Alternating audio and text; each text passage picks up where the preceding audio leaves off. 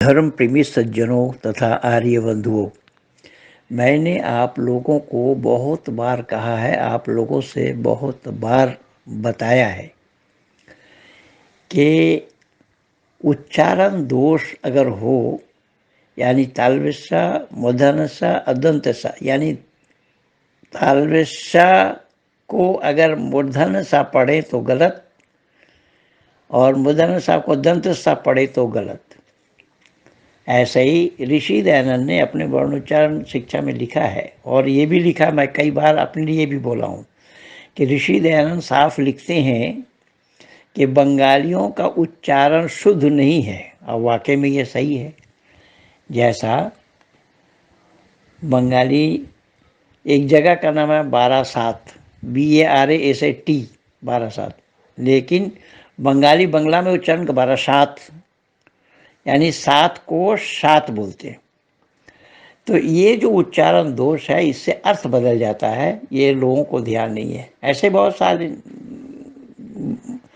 उच्चारण है, तो इसी को शुद्ध शुद्ध पढ़ना व्याकरण की दृष्टि में और तैत्तिरीय उपनिषद की दृष्टि में क्या है सच्चाई, उस सच्चाई को उजागर करने के लिए मेरी बेटी सौम्या एक छोटा सा क्लिप 10 मिनट का बनाई है। आप लोग उसे सुनिए, उसमें बहुत सारा प्रमाण दिया गया है, जो ऋषि दयानंद के भी प्रमाण हैं और अन्य ऋषियों के भी प्रमाण हैं। क्या है पढ़ने का तरीका, शिक्षार्थी कैसा होना चाहिए, विद्यार्थी जीवन कैसा होना चाहिए, विद्या का अध्ययन कैसा करना चाहिए। लेकिन मैं यहाँ देखा हूँ बहुत बड़े बड़े लोगों को जो गुरुकुल से शास्त्रीय आचार्य करके निकले हैं, उनको भी तालव्यस्या, मूर्धन्यस्या, दंतस्या की पहचान नहीं है, और भजन उपदेशकों को तो विषय करके नहीं है। बहुत सारे ऐसे हैं जो उच्चारण दोष से अर्थ बदल जाता है, उसका ख्याल रखते ही नहीं है। मैं सुप्रीम कोर्ट के वकीलों को देखा हूँ, उसको देश बोलना नहीं आता, देश देश चिल्ला रहे हैं। तो इस तरीके की बातें हैं, समाज में भरमार। तो बहुत ज़्यादा ध्यान रखना चाहिए, बहुत ज़्यादा इन सब पर विचार करना चाहिए कि हमको उच्चारण, शुद्ध उच्चारण करने से ही जो हम बतलाने जा रहे हैं, जो हम कहना चाहते हैं, उसका मतलब निकलता है। अगर शुद्ध उच्चारण नहीं करेंगे तो अर्थ का अनर्थ हो जाएगा। ये विचार आप लोग सुनिए मेरी बेटी सौम्या के माध्यम से। इन्हीं शब्दों के साथ महेंद्र पाल आगे। आदर के योग्य महानुभावों को सप्रेम नमस्ते। मैं शिक्षा के संदर्भ में एक छोटा सा विचार देना चाहती हूँ। शिक्षा किस प्रकार प्राप्त करनी चाहिए, किस काल में प्राप्त करनी चाहिए, शिक्षा के उपरांत किन बातों का ध्यान रखना चाहिए, उसके गुण दोष किस तरह होते हैं, आदि आदि। भारत का सर्वप्राचीनतम ग्रंथ है वेद, जो कि ईश्वरकृत है। तत्पश्चात वेद के 6 अंग होते हैं, जिन्हें वेदांग के नाम से जाना जाता है, जैसे शिक्षा, कल्प, व्याकरण, निरुक्त, छंद एवं ज्योतिष। ये 6 अंग वेदांग कहलाते हैं। अर्थात वेद का संपूर्ण एवं शुद्ध ज्ञान प्राप्त करना हो तो वेद से पहले इन वेदांगों को एवं उपनिषदों को पढ़ना अति आवश्यक है। कारण अधूरा ज्ञान क्षति करता है। जैसा कि नीम हकीम खतरा ए जान, अधूरी शिक्षा भी इसीलिए हानिकारक है। आगे उपनिषदों के भी 2 भेद हैं, पाश्चात्य एवं आधुनिक। पाश्चात्य अर्थात प्राचीन या दार्शनिक भी कह सकते हैं, और प्राचीन अर्थात दार्शनिक उपनिषद कौन कौन से हैं? ईश, केन, कठ, प्रश्न, मुंडक, मांडुक्य, ऐतरेय, तैत्तिरीय, छांदोग्य, बृहदारण्यक एवं श्वेताश्वतर। इन सभी उपनिषदों की अपनी अपनी विशेषताएं हैं। मैं यहाँ तैत्तिरीय उपनिषद के विषय में कुछ बताना चाहूँगी। तैत्तिरीय उपनिषद में ब्रह्मचर्य काल में कौन कौन सी शिक्षा किस प्रकार प्राप्त करनी चाहिए, इस विषय में निर्देश दिया गया है। इसमें 3 अध्याय हैं, जिनको वल्ली के नाम से जाना जाता है। पहला शिक्षावल्ली, दूसरा ब्रह्मानंदवल्ली, तीसरा भृगुवल्ली।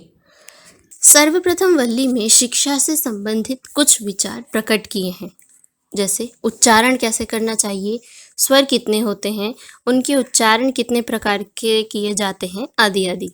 अतः आज हम इसी विषय पर चर्चा करेंगे।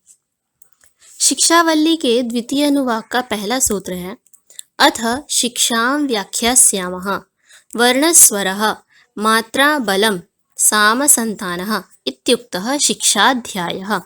अर्थात अब शिक्षा का व्याख्यान करते हैं। आरंभ में वर्ण, स्वर, मात्रा, बल, साम और संतान है और यह शिक्षा का प्रथम अध्याय है। मनुष्य के शरीर में जो ध्वनि यंत्र है उसमें विभिन्न प्रकार की ध्वनियाँ निकाल सकते हैं और ये ध्वनियाँ सामीप्य होने के कारण इनको पृथक नहीं किया जा सकता। कारण मनुष्य के ध्वनि यंत्र द्वारा लगभग 54 प्रकार की ध्वनियाँ निकाली जा सकती हैं, क्योंकि कुछ मनुष्य 54 से भी ज़्यादा ध्वनियाँ निकाल सकते हैं और कुछ उन ध्वनियों को निकालने में भी असमर्थ हैं और उन ध्वनियों के संकेत निर्धारित किए गए हैं ये वर्ण, जो कि स्वर और व्यंजन ये दोनों मिला के कुल 52 प्रकार की ध्वनियों के संकेत हैं। जैसा कि आप लोग जानते हैं कि अ से लेके अह तक ये सभी स्वर कहलाते हैं एवं क से लेके ज्ञ तक ये सभी व्यंजन कहलाते हैं।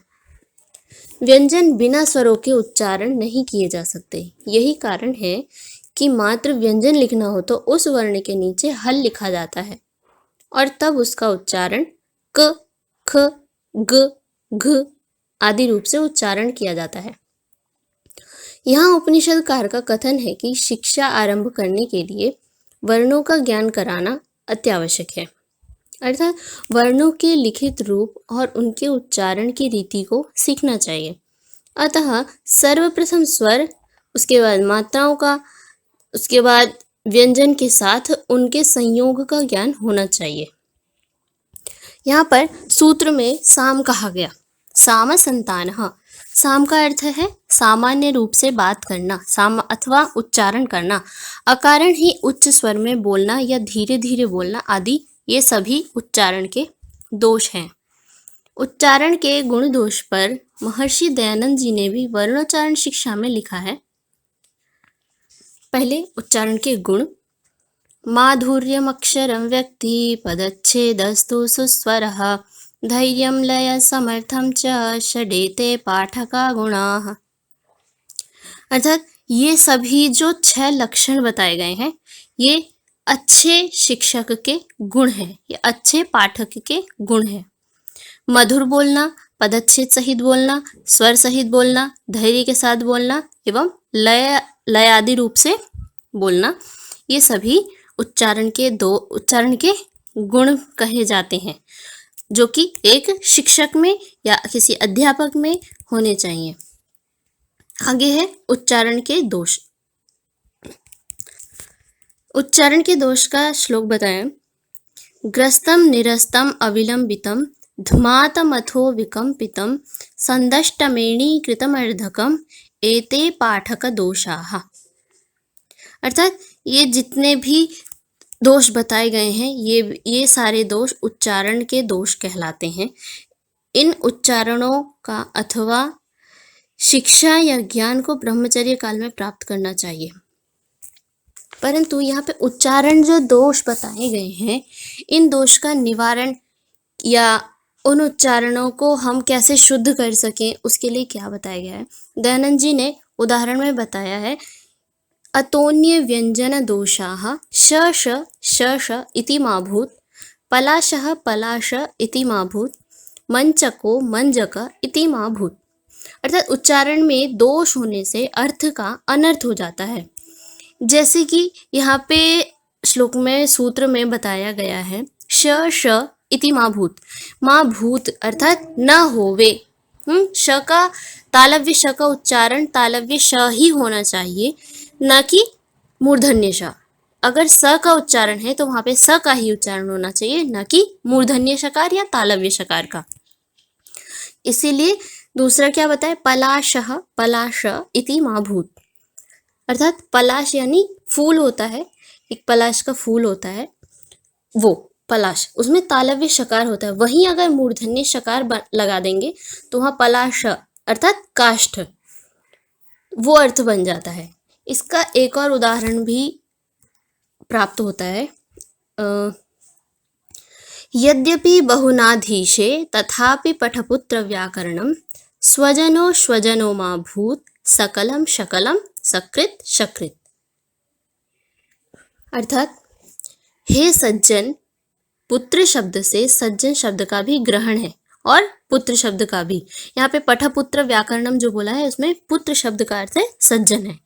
जैसा कि आप सभी जानते होंगे, एक शब्द के अनेकार्थ होते हैं, उसमें व्यवहार के समय भी अलग अर्थ होता है। वैसे ही यहाँ पर पुत्र शब्द से सज्जन शब्द का ग्रहण है।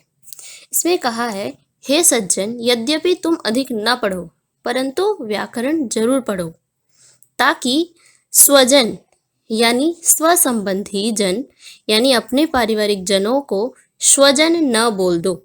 स्वजन यानी कि कुत्ता या पशु प्रजाति, ऐसा अपशब्द न बोल दो। सकल अर्थात सब एवं शकल का अर्थ है टुकड़ा, टुकड़ा न कह दो। सकृत का अर्थ है एक बार और शकृत का अर्थ है विष्ठा या शौच या फिर मल आदि। अर्थात ये सब कहने का तात्पर्य है कि अगर हमें उच्चारण का ज्ञान न हो तो हमसे कुछ भी अशुद्धियां हो सकती हैं, इसलिए हमें उच्चारण आदि का ज्ञान सबसे सर्वप्रथम होना चाहिए। सामान्य अर्थ है कि किसी भी वाक्य रचना से पहले अथवा बोलने से पहले उसको विचार करके बोले और शुद्ध ज्ञान जो है, जो सही है, उसको जानना एवं मानना चाहिए। अब ब्रह्मचर्य काल में हमने विद्या ग्रहण की। अब ब्रह्मचर्य काल कैसा हो, उसके लिए नीति श्लोक में आया है, काकचेष्टा बको ध्यानम श्वान निद्रा तथैव च अल्पाहारी गृहत्यागी विद्यार्थी पंच लक्षणम। अर्थात काक जैसी चेष्टा अर्थात हमेशा सक्रिय रहना चाहिए, ऐसा छात्र को सक्रिय रहना चाहिए। ध्यान, बको ध्यानम अर्थात ध्यान ऐसा हो कि जैसे बगुले का ध्यान जैसे केंद्रित रहता है, वैसे ही हमें भी ध्यान एकाग्रित करके रखना चाहिए। श्वान निद्रा तथैव च अल्पाहारी गृहत्यागी विद्यार्थी पंचलक्षणम। श्वान निद्रा होनी चाहिए, अल्पाहारी होना चाहिए, गृहत्यागी होना चाहिए, और ये सब जो है विद्यार्थी के 5 लक्षण हैं। ये 5 लक्षण विद्यार्थी जीवन के लिए बताए गए हैं और इनका पालन करने से अवश्य ही अपने गंतव्य तक पहुंचेंगे। अंत में बस इतना ही कहना चाहूंगी कि यदि किसी विषय वस्तु को जानना हो या कोई शिक्षा प्राप्त करनी हो, उसके लिए धैर्य, संयम एवं ये 5 लक्षण अवश्य ही दिनचर्या में लाना चाहिए। इतना ही कहकर मैं अपनी बात समाप्त करती हूँ। धन्यवाद।